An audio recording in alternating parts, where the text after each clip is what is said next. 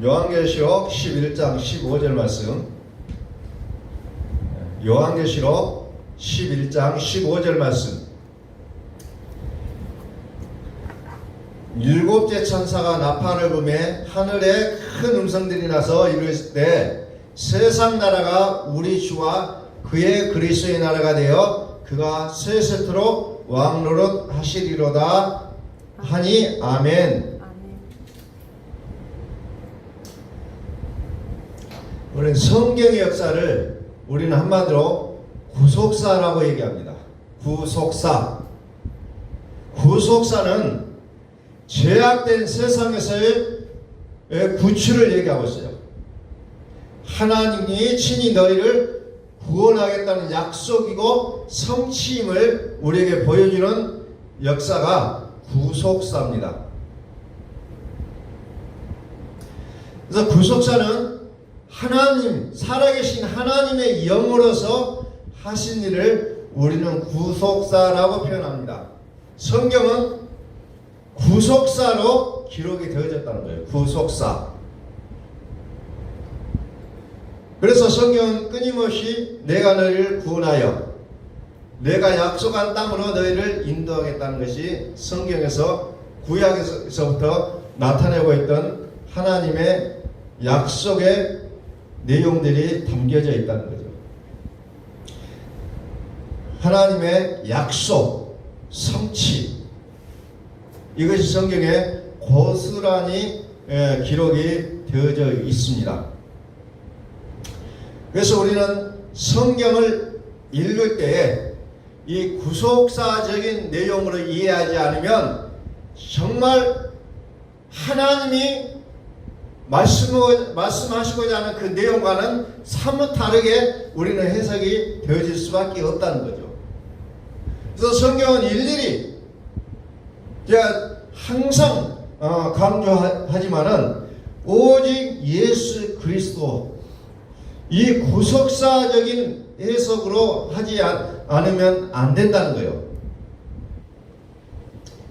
자, 누가복음 24장 44절에 보면은 모세 율법, 선자의 글, 시편에 나를 가리켜 기록된 모든 것이 이루어져야 하리라 라고 예수님께서 말씀하셔요. 모세 율법, 선지자의 글, 시편, 이것은 구약 전체를 얘기하고 있어요. 구약 성경 전체는 수많은 사건과 수많은 내용들이 기록되어 있는데 그 내용을 한마디로 얘기하면 뭐냐? 예수 그리스도다. 그래서 구약 성경을 해석할 때 예수 그리스도로 해석하지 아니하면 그 내용이 사뭇 다르게 이제 이해가 되어질 수밖에 없다는 거죠. 그래서 누가복음 24장 45절에 이에 그 엠마오로 가는 두 제자들 마음을 열어 성경을 깨닫게 하셨다고 했어요. 성경을 깨닫게 하시니 이제 어떻게 합니까? 그들이 성경을 깨달으니까 어떻게 됩니까? 그리스도가 고난을 받고 제3일에 죽은 자 가운데서 살아날 것과 또 그의 이름으로 제사함을 받게 하는 회개가 예루살렘에서 시작해 모든 족속에 전파될 것이 기록됐다는 것은 이제 그들이 깨닫기 시작한다는 거죠. 비로소 그리스도가 고난을 받고 제3일에 죽은 자 가운데서 살아날 것을 또 그것을 이제 우리가 전파해야 된다는 것을 그들의 마음을 열어주시니까 그때서야 이제 그 성경을 이제 그리스도의 관점에서 깨닫기 시작했다는 거죠. 예수님의 제자들마저도. 그래서 성경은 구약의 창세기 1장부터서 예수 그리스도로 이해하지 못하면 이제 정말 하나님과는 거리가 먼 사상으로 변질되게 될 수밖에 없었다는 거죠. 그래서 우리로 하여금 그 오묘하신 하나님의 말씀을 깨닫게 하기 위하여 때로는 심판이라는 것이 하나님께서 이제 심판이라는 것을 통해서 우리에게 깨닫게 하신다는 거죠. 요한계시록 19장 2절 말씀. 그의 심판은 참되고 의로운지라 그랬어요. 심판을 우리는 좀 두렵다. 심판을 두렵다고 생각해요. 누구에게나 심판은 반갑지 않아요. 두려움의 대상이에요. 마지막 때 하면은 떠오르는 것이 심판이다 라는 것을 우리 머릿속에 어찌 보면 떠올리게 하는 그런 내용들. 그런데 심판이 뭐라고 했습니까? 그의 심판은 참되고 의롭다라고 얘기합니다. 참되고 의롭다. 왜 참되고 의로우냐? 하나님이 하시는 일이라는 거예요. 하나님이 하시는 일이에요. 근데 여기에는 요한계시록에 음행으로 땅을 더럽게 한 큰 음료를 심판했다고 나옵니다. 또 자기 종들의 피를 금리의 손에 갚으셨다고 얘기합니다. 그래서 하나님의 심판은 예수 그리스도를 믿고 사는 우리가 두려움에 떨어야 될 내용이 아니고 음녀에게 속해 있는 자들의 두려움에 몸부림쳐야 될 내용이라는 것을 우리가 깨닫게 하는 겁니다. 자, 천국이다, 영생이다라는 것을 우리가 끊임없이 말했어요. 그런데 천국과 영생과 심판이라는 것이 우리는 같이 이제 이해가 되어야 될 시점이 왔어요. 천국과 영생, 심판. 자, 우리가 심판이라는 것을 말씀드리기 앞서서 육으로 사는 게 뭐고 영으로 사는 게 무엇인가를 한번 살펴보겠습니다. 육으로 사는 것은 자기가 중심되어 서서 자기가 원하는 일을 하는 게 육의 일이에요. 그러나 영으로 사는 것은 뭡니까? 하나님이 중심이 돼서 하나님이 원하는 일을 해나가는 것이 영이라는 겁니다. 영으로 사는 거예요. 그러면 우리가 살아가는 우리의 삶 앞에 뭐가 있습니까? 고난이 오게 돼 있어요. 왜 고난이 옵니까? 육신 속에 있는 사람은 이 고난이 고통으로 느껴집니다. 똑같은 고난이에요. 그러나 영이신 하나님으로 살아야 된다는 소망을 가진 자는 이 고난이 고통이 아니라는 거죠. 이것을 통해서 하나님이 나를 영의 사람으로 만들어 간다는 그 신호라는 것을 깨닫기 때문에 정말 그리스도의 복음 앞에 살아가는 사람들은 어때요? 고난도 즐거움으로 여길 수가 있다는 거죠. 그래서 오늘 우리는 복음을 얼마나 많이 듣고 얼마나 많이 알고 있느냐 이런 부분이 중요한 것이 아니라 사실상 복음은 얼마나 많이 들려지는가요? 요한계시록에 교회들을 향하여 말씀하시기를 성령이 교회들에게 하시는 말씀을 들을지어다 그래요. 들을지어다. 귀 있는 자는 들을지어다. 그래서 복음은 얼마나 들려지는가가 우리에게 관건이라는 거죠. 이 복음을 끊임없이 듣고 또 들었어도 어떻게 합니까? 때로는 들려지지가 않는 부분이 너무 많다는 거죠. 겨우 들리는 것으로 우리가 살아갈 수밖에 없어요. 그래서 그 복음이 얼마만큼 내가 성경을 읽으면서 설교를 들으면서 들을 수 있는지 그 얼마나 들을 수 있는가가 우리에게는 관건이라는 거죠. 그럼 말씀이라는 건 뭡니까? 살아계신 하나님 그분의 생각 마음이 여기에 담겨져 있다는 거죠. 그래서 하나님의 말씀을 나의 생각과 마음이 되게 하고 나의 삶이 되게 하는 것이 우리의 신앙 생활이라는 겁니다. 그래서 성경에 보니까 로마서의 육의 생각은 사망이요 영의 생각은 생명과 평안이라고 했어요. 오늘 여러분들이 뭔가를 할 때 여러분들 마음에 평안이 옵니까? 아니면 이 일을 하는데 두렵고 겁이 나고 막 그냥 좀 그런 쪽으로 갑니까? 오늘 여러분들이 어떤 일을 하실 때 기왕이면 평안으로 가는 일을 여러분들이 선택하시라는 거예요. 왜?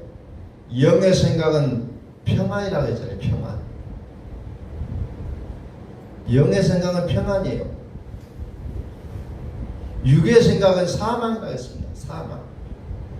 여기에는 두려움이 있다는 거죠. 아픔이 있어요. 고통이 있어요. 그러나 영의 생각은 평안이라고 성경은 기록하고 있습니다. 오늘 요한계시록 11장 15절에 일곱째 천사가 나팔을 불매 그랬어요.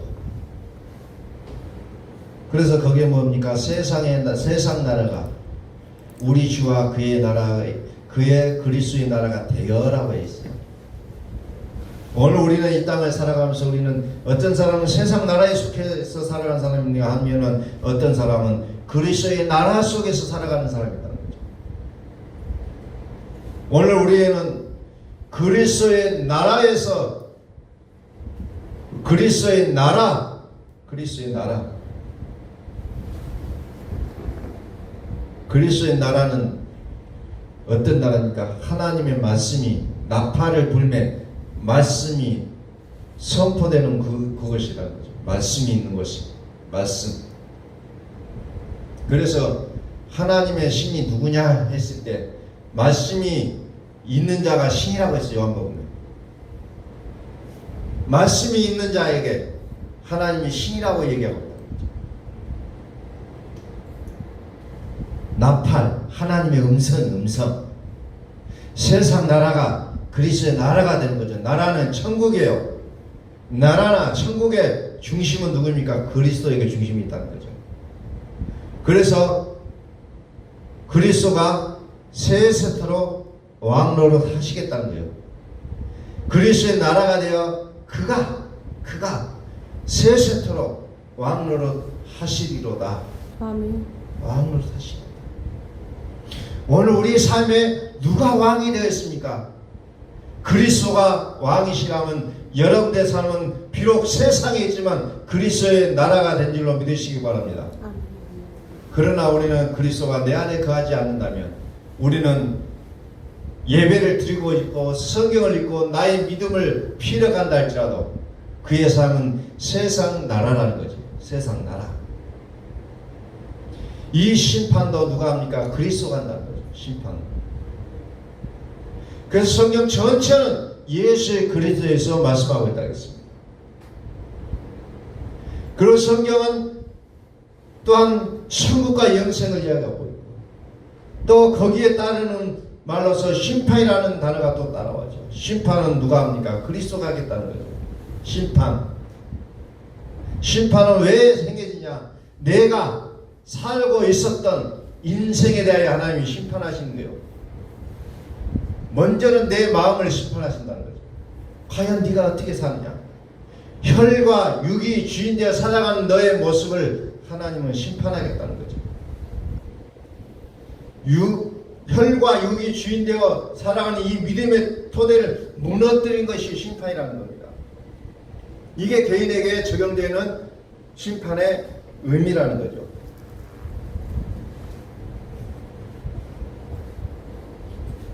그래서 그리스도의 나라라는 것은 무슨 말이냐면 그리스도가 주가 되신다는 거예요.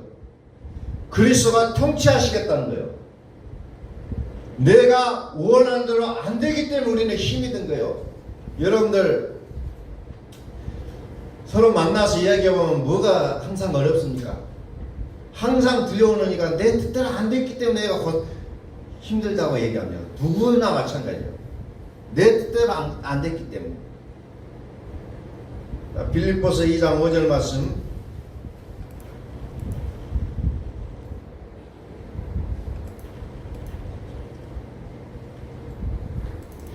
빌립보서 2장 5절 말씀. 자, 뭐라고 나옵니까?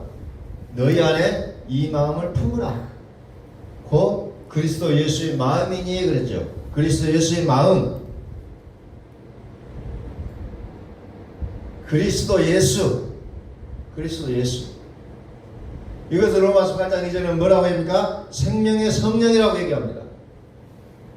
로마서 1장 23절에 뭡니까? 그리스도 예수.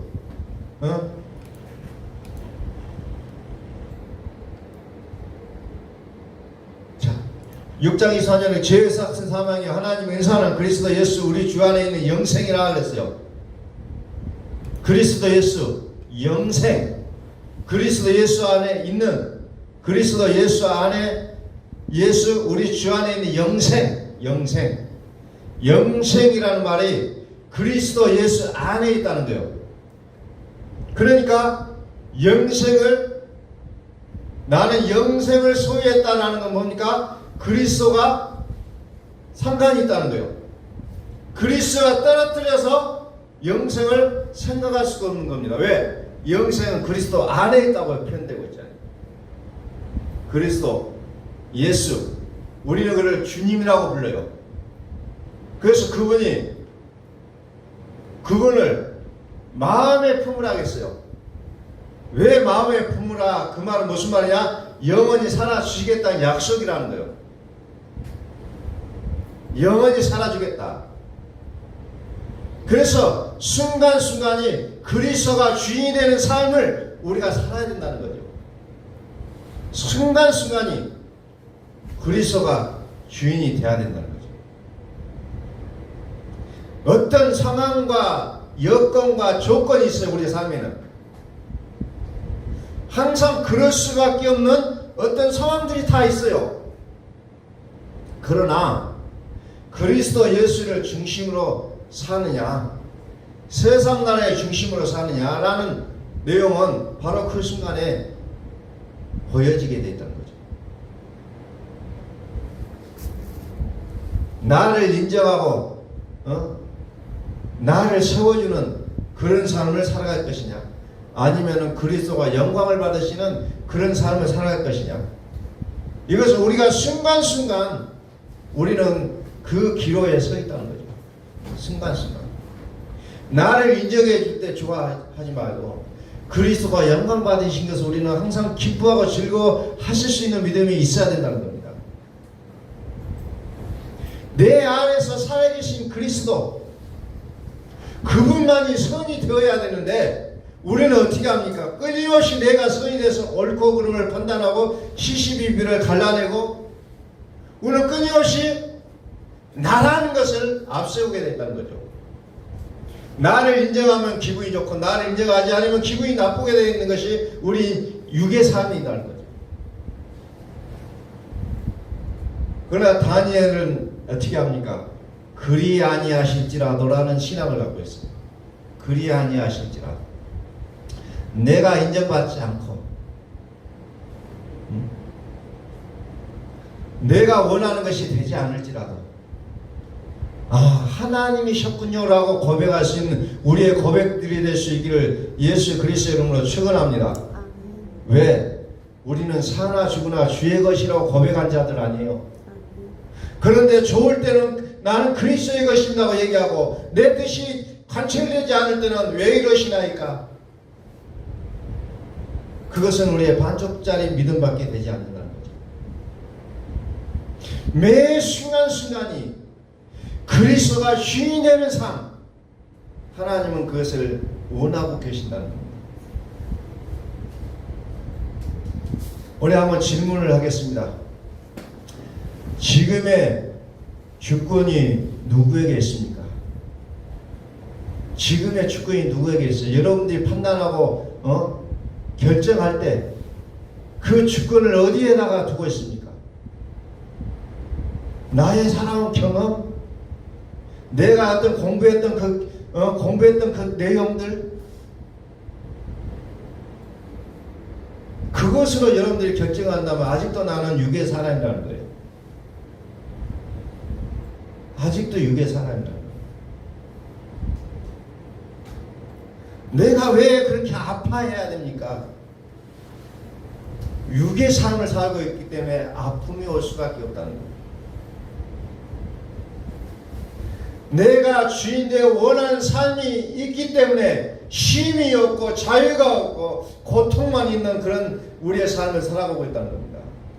오늘 우리가 이 시간에 온전하게 그리스도께 우리의 주권을 맡길 수 있기를 소원합니다.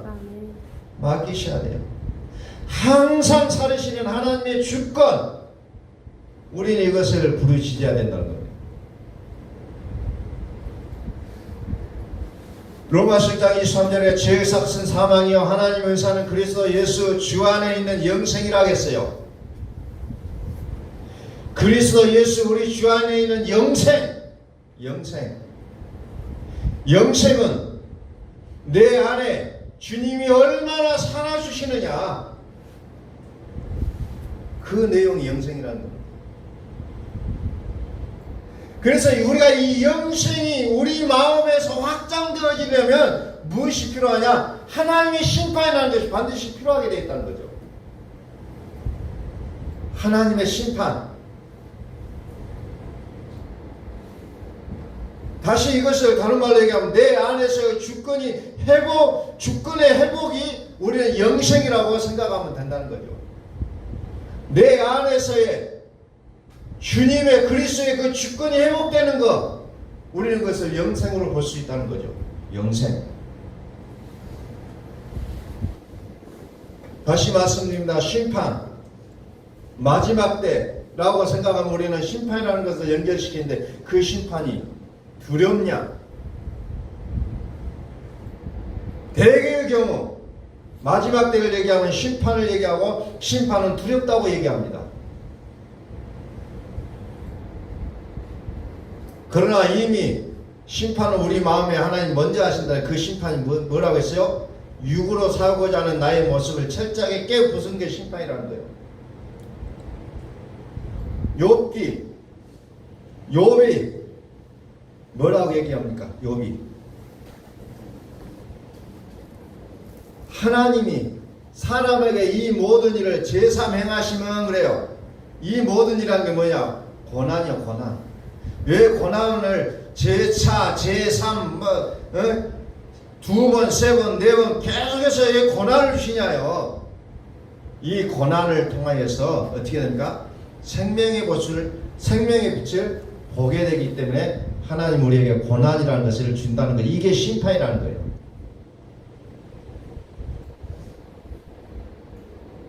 그것을 통하여서 생명의 빛을 보게 한다는 겁니다.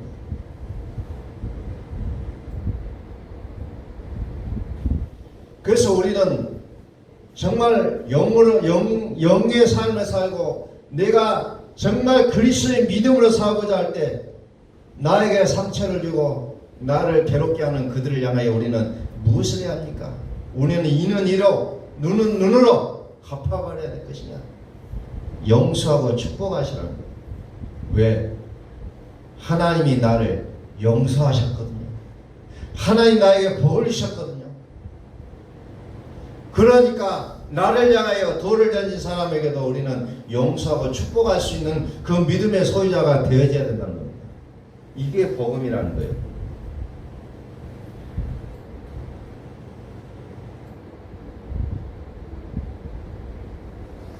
율법 안에서 의롭다 함을 얻으려고 하는 사람은 그리스도에서 끊어지고 은혜에서 떨어진 자라고 얘기하고 있어요.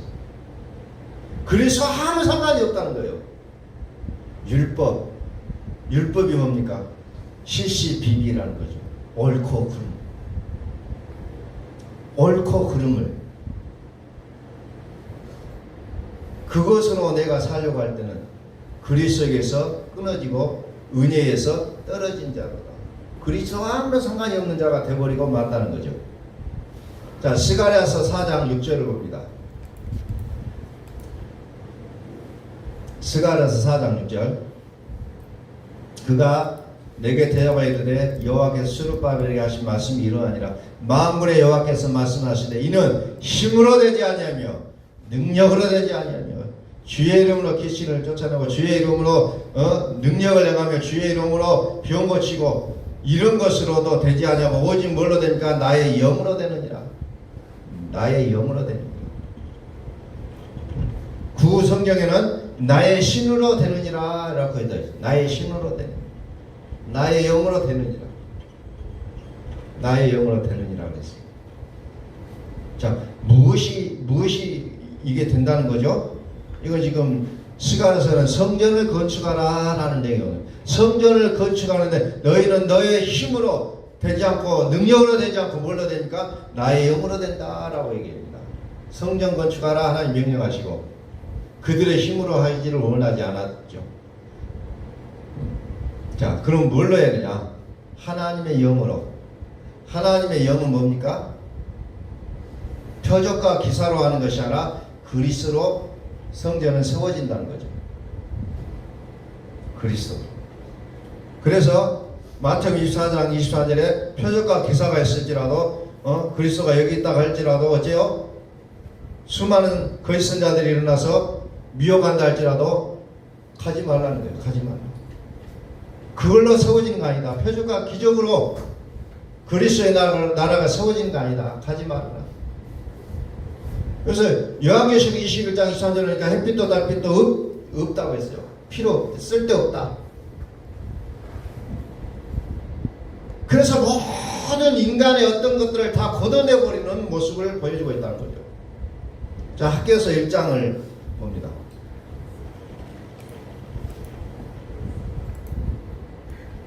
학개서 1장 다리오 왕 제2년 6째 달 이렇게 나옵니다.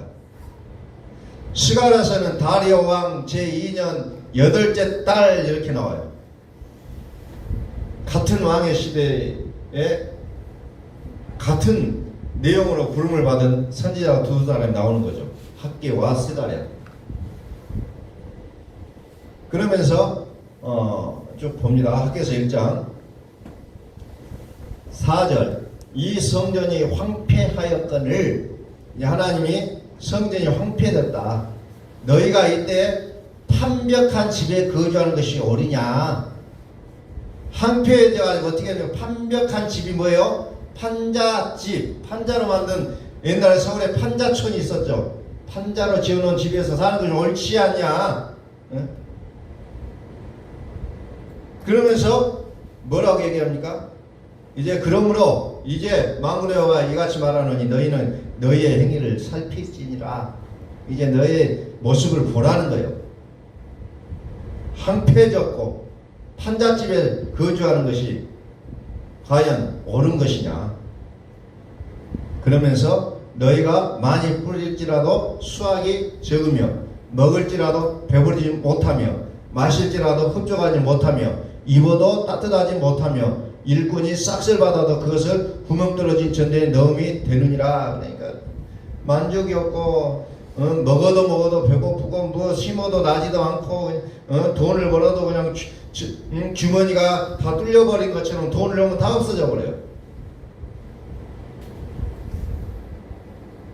7절 만군의 여호와가 말하노니 너희는 자기 행위를 살필지니라. 너희는 산에 올라가서 나무를 가져다가 성전을 건축하라 그러죠. 산에 올라가서 나무를 가져다가 성전을 건축하라. 이제 명령이 떨어지죠.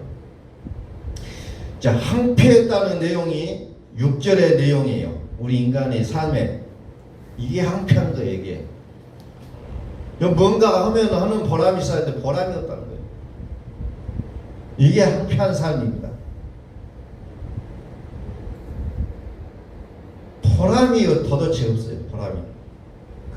그러면서 자기 행위를 살펴보라. 산에 올라가서 나무를 가져다가 성전을 건축하라. 건축하라. 성전을 건축하는데 어때요? 그리하면 네가 그것으로 말미암아 기뻐하고 영광을 얻으리라. 성전을 건축하면 너희 마음에 황폐해졌던 마음이 이제는 기쁨이 오게 돼 있다는 거죠.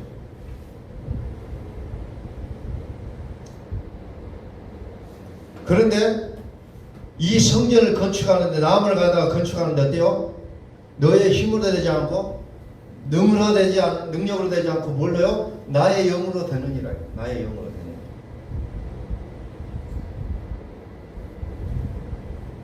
나의 영으로 되느니라.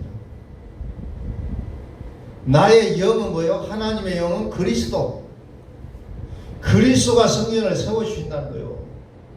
나무는 여러분들 여기서 보는 나무를 여러분들은 요한계시록에 생명나무를 한번 여러분들 거기에 집어넣으세요. 생명나무. 나의 영으로 되느니라. 이사야서 44장 6절. 이스라엘의 왕인 여호와, 이스라엘의 구원자인 만군의 여호와가 이같이 말하는 나는 처음이요 나는 마지막이라 나 외에 다른 신이 없느니라. 나 외에 다른 신이 없느니라. 나 외에는 누구야? 나 그리스도 외에는 다른 신이 없다는 거예요.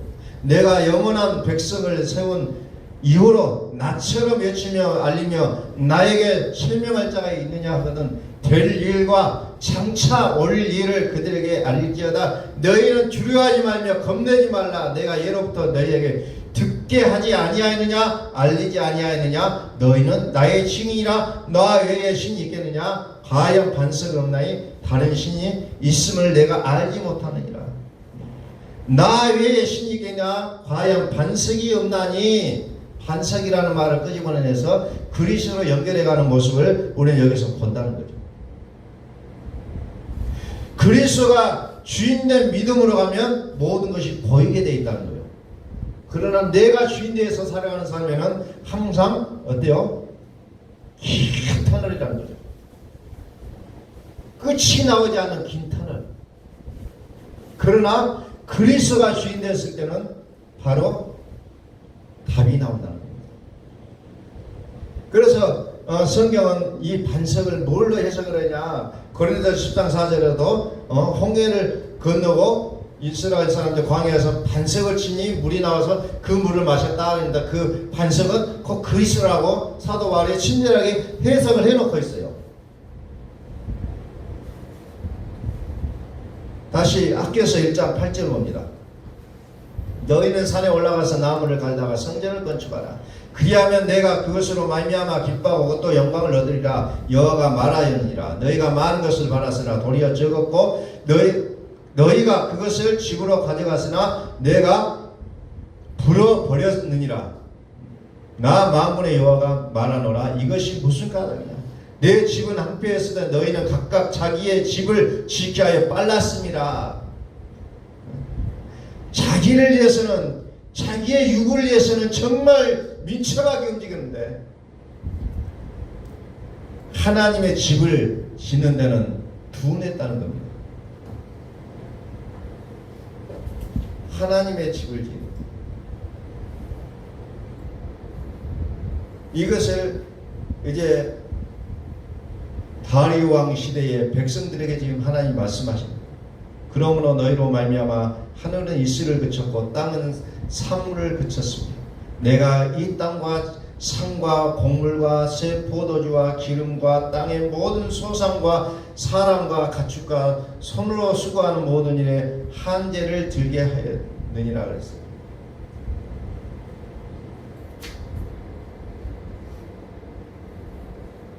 그리스도의 통치가 성전이라는 거예요. 그리스도의 통치가 성전이다.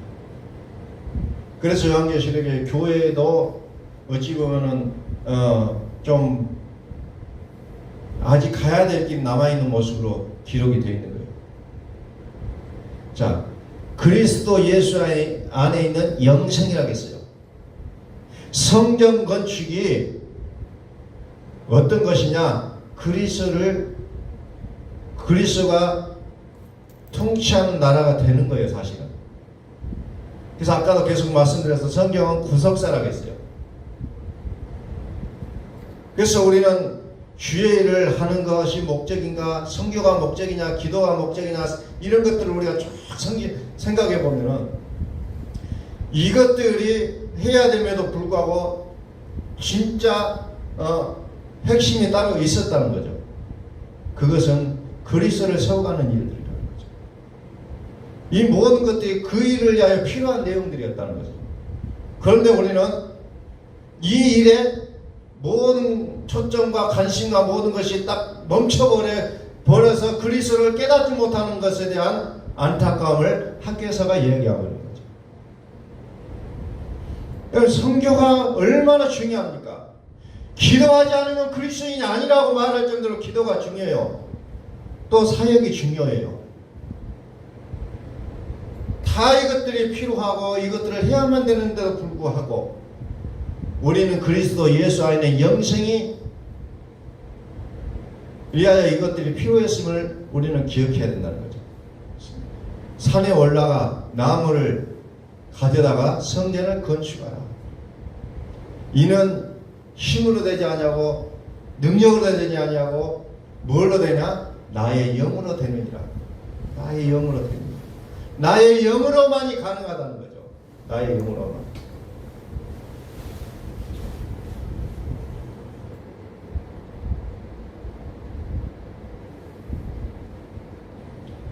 고린도후서 1장 16절 하나님의 성전과 무상이 어찌 일치가 되며 우리는 살아계신 하나님의 성전이라. 이와 같이 하나님께서 이르시되 내가 그들 가운데 거하며 두루 행하여 나를 그들의 하나님이 되고 그들은 나의 백성이 되리라.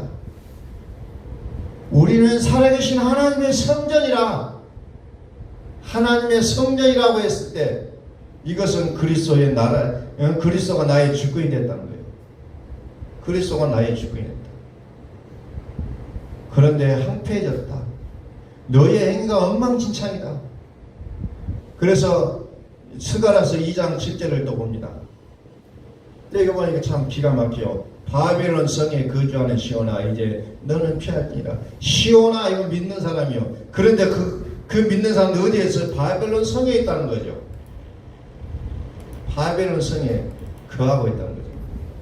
만군의 여호와께서 이같이 말씀하실 때 영광을 위하여 나를 너희를 열악한 여러 나라로 보내셨나니 너희를 범하는 자는 그의 눈동자를 범하는 것이라. 내가 손을 그들 위에 움직인즉 그들이 자기를 섬기던 자들에게 노락거리가 되리라 하셨나니 너희가 만군의 여호와께서 나를 보내신 줄 알리라 그랬어요. 바벨론 성에 거하고 있다는 거죠. 시온의 여호와의 말씀에 시온에 따라 노래하고 기뻐하라 하는 내가 와서 네 가운데에 머물 것입니다. 시온의 딸 믿는 자들을 얘기하고 있어요. 교회를 말하고 있다는 거죠.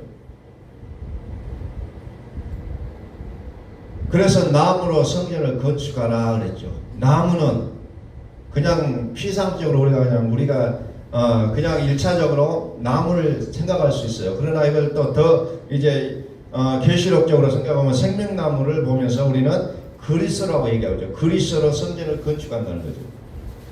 그래서 그리스도가 없는 것은 이제 필요 없는 달과 별빛이 쓸데없다. 요한계시록 21장에. 그리고 거기는 전능하신 이와 어린 양만 있다. 그리스도가 계셔야만이 성전이 된다는 거죠. 그래서 그리스도가 주권이 되는 나라, 그리스도의 나라, 이것을 성전이라고 우리가 표현할 수가 있다는 거죠. 그러면서 실제는 뭐라고 합니까? 내가 와서 네 가운데에 머물 것이니라. 내가 너와 살겠다는 거죠.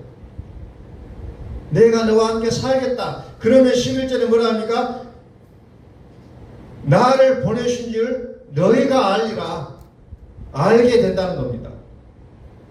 그리스도의 주권 안에 살게 되면 하나님의 사람이라는 것을 누구나 다 알게 되어 있다는 거죠. 그리스도의 나라. 우리 한번 선포합니다. 하나님은 살아계십니다. 하나님은 살아계십니다. 하나님의 항상 살아계시는 하나님의 살아계심. 또 한 가지 이제 보충적으로 더 설명하면 마태복음 7장 24절.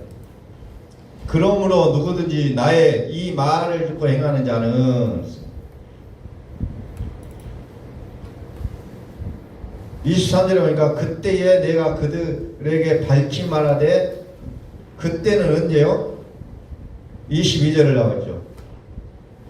그날에 많은 사람이 나더러 많은 사람이 뭐예요? 예수 믿는 사람. 요한계시록에는 많은 물소리가 나와요. 그 내용과 같은 내용이에요. 많은 사람, 많은 물소리. 똑같은 내용이에요. 예수 믿고 사는 사람들. 주여, 주여 우리가 그래서 예수 믿고 내가 주인 되어서 살아가는 사람들을 얘기하고 있어요. 그날에 주여, 우리가 주의 이름으로 선지자 노릇하며 주의 이름으로 귀신을 쫓아내며 주의 이름으로 많은 권능을 행하지 아니하이나이까 정말로 죽을 힘을 다하여 사역을 했어요. 선교, 목숨을 걸고 가서 선교하고 쉬는 시간 없이 사람들 안수 기도해서 그냥 사람들 벌떡벌떡 일어나게 하고 막 했지만 뭐라고 합니까? 그때 내가 그들에게 밝히 말하되 내가 너희를 도무지 알지 못하니 불법을 행하는 자들아 내게서 떠나가라. 불법을 행하는 자들아 내게서 떠나가라. 그게 옳은 줄 알고 했는데 불법을 행했다니 얼마나 서글픈 일이에요. 불법을 행했다는 거죠. 떠나가라. 그러므로 이제 정리를 하죠. 누구든지 나의 이 말을 듣고 행하는 자는 그 집을 반석에 지은 지혜로운 사람 같으리다. 반석 위에 어째요? 성전, 그리스도. 행하는 자는 이 말을 듣고 행하는 자는 그 집을 반석 위에 지은 지혜로운 사람 같으니 라고 얘기합니다. 다시 말해서 반석 위에 집을 지은 자 같은 자는 누굽니까? 율법에서 떠난 자를 얘기하고 있어요. 그 자가 지혜롭다라고 표현합니다. 25절 봅니다. 비가 내리고 창수가 나고 바람이 불어 그 집에 부딪히되 무너지지 아니하니 이는 주축을 반석 위에 놓은 까닭이요. 주축, 기초를 반석 위에 놓은 까닭이다 그랬어요. 빗바람이 몰아쳐도 심지어 쓰나미가 몰려와도 무너지지 않는 집. 비, 창수, 바람 상관없다는 거죠. 그리스도와 내 인생의 기초가 그리스도로 되었다면 그것은 문제가 아니라는 거예요. 상황과 조건 이걸 따질 필요가 없다는 거예요. 중요하지가 않다는 거죠. 바벨론 성에 거하는 믿음의 신분들아, 나의 이 말을 듣고 행하지 아니한 자는 그 집을 모래 위에 지은 어리석은 사람 같은 모래 위에 집을 짓다는 거죠. 일반 상식적으로 봐서도 모래 위에 집을 지은 사람은 어리석다는 거예요. 어리석다. 나의 이 말을 듣고 행하지 아니하는 자는 그 집을 모래 위에 지은 사람 같으니 비가 내리고 창수가 나고 바람이 불어 그 집에 부딪히며 무너져 그 무너짐이 심하니라. 그 무너짐이 심하니라. 내가 너희 안에 살으시겠다는 하나님의 초청의 음성을 우리는 들을 수 있기를 소원합니다. 우리는 많은 이야기를 할 수가 있어요. 나는 이래서 저랬고 저래서 저랬고 할 수 있지만 내 인생의 주초가 그리스도로 살아가느냐, 아니면 나의 경험과 나의 공부했던 내용으로 살아가는 것이냐, 나의 주권으로 살 것이냐, 그리스도의 주권, 예수 믿고 나의 주권으로 사는 자. 그것을 우리는 성경에서 봤을 때 양의 탈을 쓰고 속에는 이리가 가득한 자라 예수님이 이렇게 표현하고 있다는 거죠. 모래 위에 세운 집, 반석 위에 세운 집. 자, 하나 건너가서 요한계시록 12장 14절 봅니다. 요한계시록 12장 14절. 그 여자가 큰 독수리의 두 날개를 받아 광야 자기 곳으로 날아가 거기서 그 뱀의 낯을 피하여 한 때와 두 때와 반 때를 양육받음에 여자의 뒤에서 뱀이 그 입으로 물을 강같이 토하여 여자를 물에 떠내려가게 하려 하되 땅이 여자를 도와 그 입을 벌려 용의 입에서 토한 강물을 삼키니 용이 여자에게 분노하여 돌아가서 그 여자의 남은 자손 곧 하나님의 계명을 지키며 예수의 증거를 가진 자들과 더불어 싸우려고 바다 모래 위에 서 있더라. 용이 서 있는 것은 바다 모래 위에 섰더라. 우리식으로는 뱃사장에 서 있는 거예요. 모래 위에 서 있다. 모래 위에 서 있는 용의 모습이 든든할까요? 무너질 수밖에 없는 모습을 보여주고 있지 않아요. 여기서는 무너질 수밖에 없다는 거죠. 바다라는 건 뭡니까? 이사야서 11장에는 바다를 세상이라고 얘기하고 있어요. 물이 바다를 덮음같이 여호와를 아는 지식이 가득하리라. 바다는 세상을 얘기하고 물은 예수를 상징하고 있다는 거죠. 그래서 세상을 덮어버린다는 것을 이제 나오고 있잖아요. 그래서 용이 아무리 강력한 능력을 가지고 있다 할지라도 그의 모습은 모래 위에 서 있다는 거, 사상누각이라는 거죠. 무너질 수밖에 없는 용의 모습을 보고 무서워하고 두려워한다면 이것은 아니 된다는 것을 성경은 얘기하고 있습니다. 학교에서 너희 행위를 살피라고 했어요. 오늘 우리가 하는 모든 일들이 생명과 평안인 것입니까?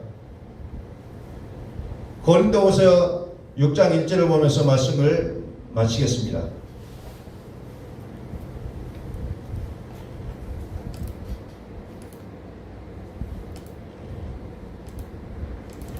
우리가 하나님과 함께 일하는 자로서 너희를 권하니 하나님의 은혜를 헛되이 받지 말라. 하나님의 은혜를 헛되이 받지 말라. 이르시되 내가 은혜 베풀 때 너에게 듣고 구원의 날에 너를 도왔다 하셨으니 보라 지금은 은혜 받을 만한 때요 보라 지금은 구원의 날이로다.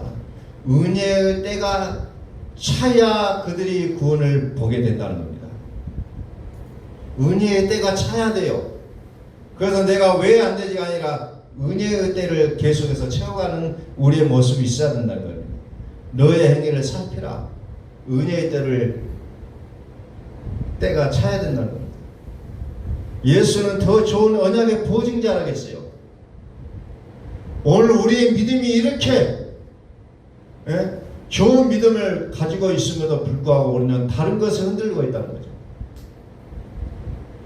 사상누각인 용을 보면서 우리는 두려움에 떨고 있는 우리의 모습을 발견하고 있다는 겁니다.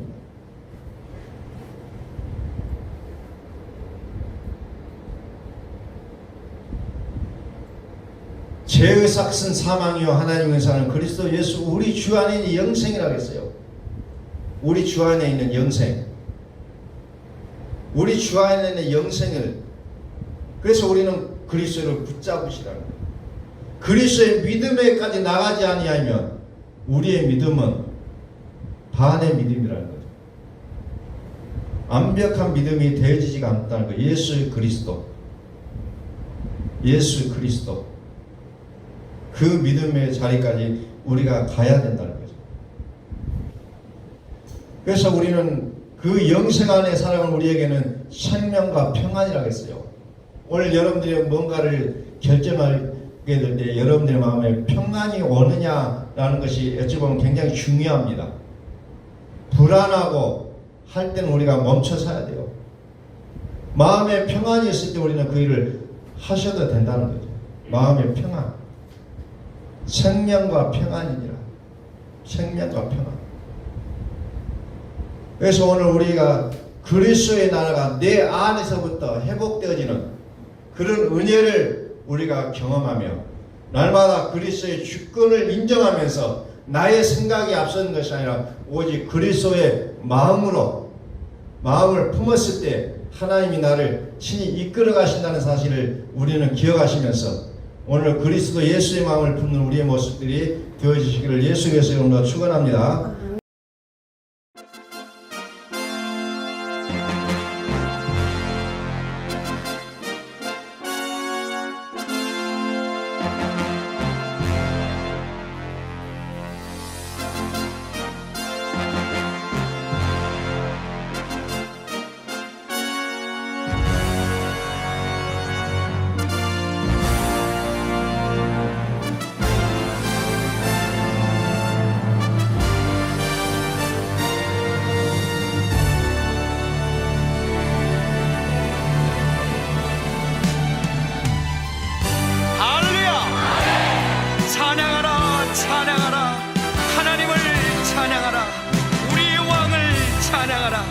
하나님은 온 땅의 왕이 되시며 열방을 치리하시니 그 이름을 선포합시다.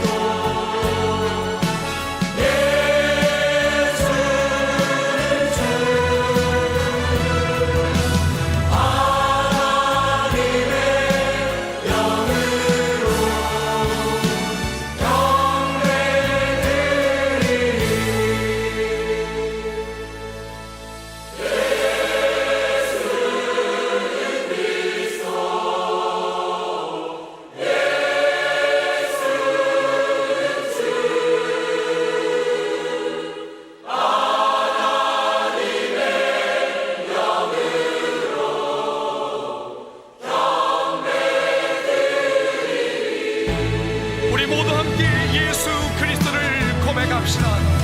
예수는 그리스도, 살아계신 하나님. 예수는